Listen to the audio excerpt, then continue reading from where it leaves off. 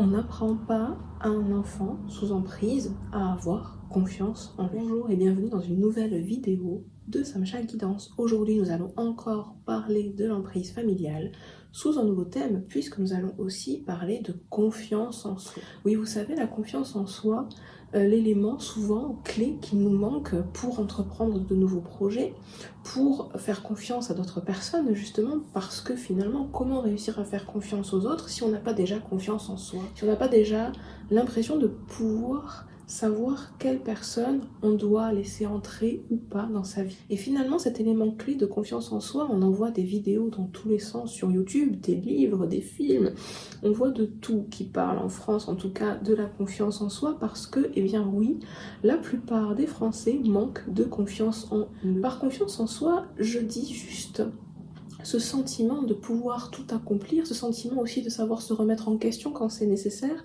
ce sentiment finalement que tout est possible. La confiance en soi n'est pas quelque chose qui disparaît du jour au lendemain. La confiance en soi, c'est cet espoir que l'on a en l'avenir de pouvoir se sortir de chaque situation avec amour, respect, mutuel aussi, et foi.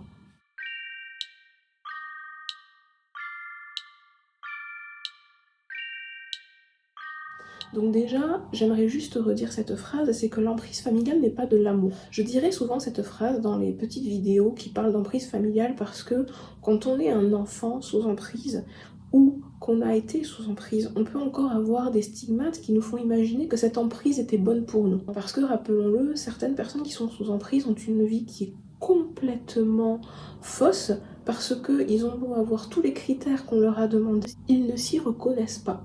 Ils peuvent avoir femme, ils peuvent avoir enfant, ils peuvent avoir maison. Ils ne s'y reconnaissent pas. Et même s'ils ont coché finalement toutes les cases demandées par leurs parents, eh bien au fond d'eux, ils sont malheureux et ils ne cherchent qu'une seule chose, la fuite. Fuir leurs responsabilités, fuir leur engagement, tromper le conjoint, la conjointe, maltraiter parfois même leurs propres enfants comme ils auraient été maltraités dans leur propre enfance. Et ça aussi c'est une réalité parce que tous les couples que vous voyez, toutes les familles que vous voyez, vous ne pouvez jamais savoir réellement comment cela se passe. Pour le comprendre, il faudrait être à l'intérieur du foyer. Donc n'imaginez pas que parce qu'une personne a une jolie voiture, une jolie maison et une jolie famille, tout se passe réellement bien en lui et surtout quand la maison est fermée à clé. Quand on veut maintenir une personne sous emprise, on ne va pas lui apprendre comment avoir confiance en lui. C'est tout le contraire. On va lui dire « Tu ne sauras jamais ce que tu dois faire et tu dois t'en remettre toujours à moi ». Cette emprise, finalement, est là pour dire et signifier « tu seras toujours inférieur, tu seras toujours un enfant, tu n'arriveras jamais à rien sans me consulter. Tu n'es pas capable d'y arriver et surtout, tu dois passer ton temps à me confier tous tes secrets pour que je puisse ensuite t'expliquer comment faire, comment agir, comment réagir dans chaque situation que tu vas rencontrer. » Donc ça veut dire que finalement l'enfant n'a même pas de jardin secret, il n'a pas le droit, il doit tout raconter. Quitte finalement à se mettre en porte-à-faux parce qu'à force de tout raconter, on donne finalement aux parents qui essayent de nous contrôler des points sensibles sur nous. Et il n'a plus qu'à y appuyer pour nous faire du mal. Si par exemple vous parlez d'une dispute que vous auriez eue avec une de vos amies, et bien dans des moments de faiblesse où il veut que vous fassiez ce qu'il souhaite, il pourra vous rappeler cette dispute-là. Il pourra vous dire, si tu m'avais écouté, tu n'en serais pas là. Si tu m'avais écouté, tu aurais eu ça, tu aurais eu ça, tu aurais eu ça. Et bien sûr, de ce manque de confiance en soi, il y a également une peur des autres qui s'instille parce que les personnes qui essayent de vous maintenir sous emprise, que ce soit un parent ou même en couple, on l'a vu dans d'autres vidéos, essayera de faire en sorte que vous ayez peur du monde extérieur. L'objectif, c'est de vous garder chez lui, chez elle, comme un secret en fait, parce qu'en plus vous n'avez le droit de raconter à personne ce qui se passe. Rappelez-vous la semaine dernière l'épisode où l'on parlait justement de la peur d'être cru. Eh bien ça va directement avec la confiance en soi, parce que l'image du parent à l'extérieur n'a rien à voir avec l'image du parent une fois que la porte est fermée. À l'âge adulte, à l'adolescence, vous avez pu vous rebeller contre cet emprisonnement forcé, contre cet empêchement finalement de vaquer à vos occupations, d'avoir les relations que vous vouliez, etc., etc. Et vous avez commencé à avoir, entre guillemets, des mauvaises fréquentations. Je parle de mauvaises fréquentations parce que finalement, ce n'était pas des relations qui vous poussaient vers le haut.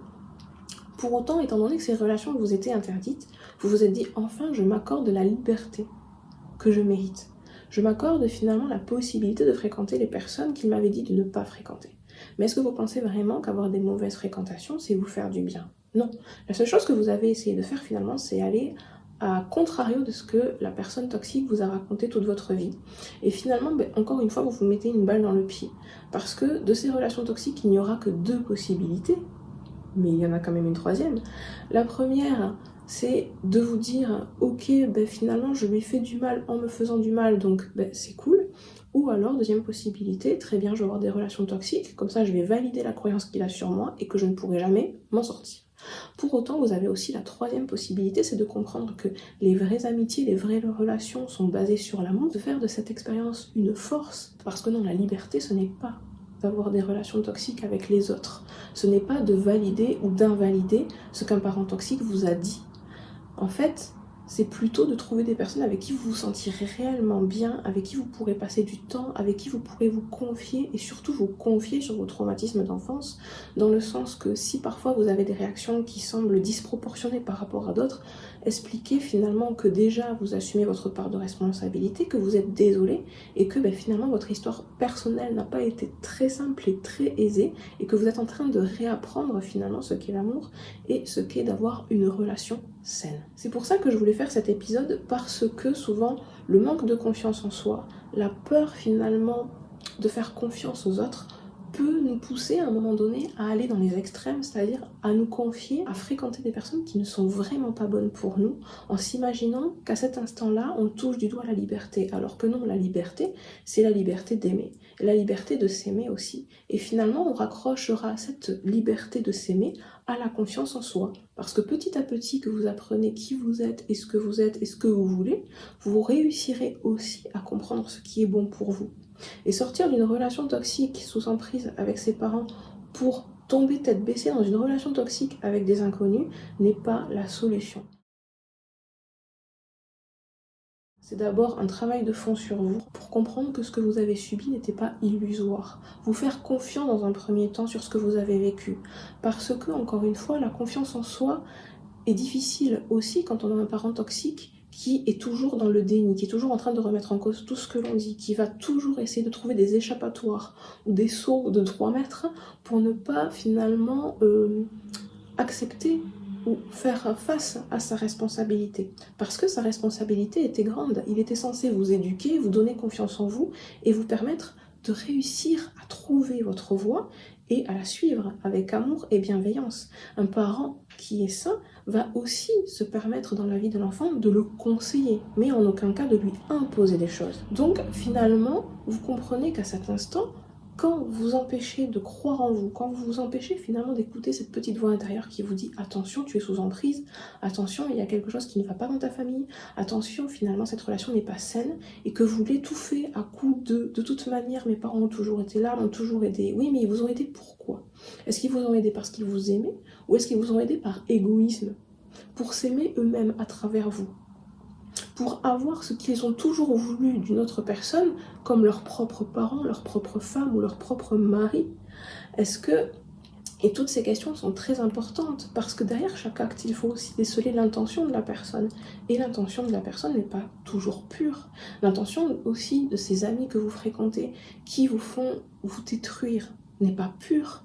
On n'est pas là pour finalement s'amuser avec vous. On est là pour que vous fassiez exactement la même chose et qu'on puisse justifier nos actes négatifs par le fait que finalement tout le monde fait pareil. Non, stop. Laissez-vous vous aimer, ayez confiance en vous et comprenez que la confiance en soi amène vers l'amour et non pas vers l'autodestruction.